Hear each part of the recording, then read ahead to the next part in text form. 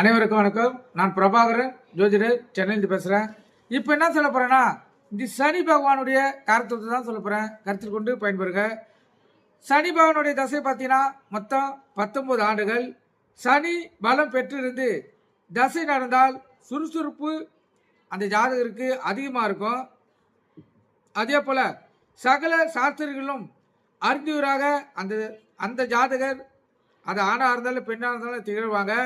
அரசியலில் ஈடுபடுவார். அதனால் செல்வாக்கு அந்த ஜாதகருக்கு ஏற்படும்.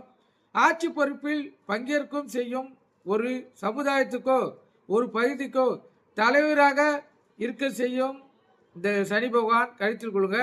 அதே போல தொழிலில் மேன்மையும் வருமானமும் பெருக்கும். பொருள் சேர்க்கை உண்டாகும். தந்தை இருப்பினும் அவரின் ஆரோக்கியத்துக்கு கேடு உண்டு பண்ணும். குடும்பத்தில் மனைவி குழந்தைகளுடன் சுமூக போக்குக்கும் மகிழ்ச்சிக்கும் இந்த சனி பகவான் உதவுவார், கருத்தில் கொள்ளுங்க. ஆனால் உற்றார் உறவினருடன் பகையை ஏற்படுத்தி விடுவார், கருத்தில் கொள்ளுங்க. சனி பலமிழந்து தசை நடந்தால் தந்தைக்கு தோஷத்தை உண்டாக்கிவிடும்.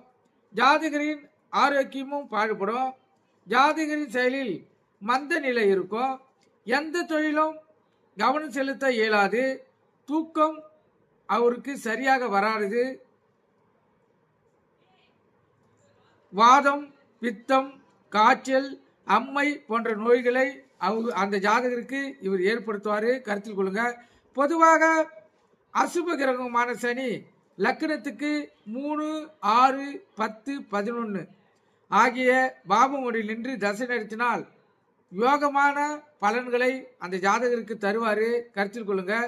சனி தசை நடக்கக்குள்ள அவங்க இந்த விருச்சிகம், புளிய மரம், மாமரம் இதனை சனி உரையில் பச்சு பார்த்து அதிர்ஷ்ட நாள், அதிகாரம், அரசு, ஊன் நடை பார்த்து அந்த மரத்தை நட்டாங்க வச்சிங்களேன், அவங்களுக்கு எந்த காரியங்கள் செய்தாலும் அவங்களுக்கு ஜெயமே உண்டாங்கன்னு முன்னோர்கள் கருத்து தெரிவிச்சிருக்காங்க.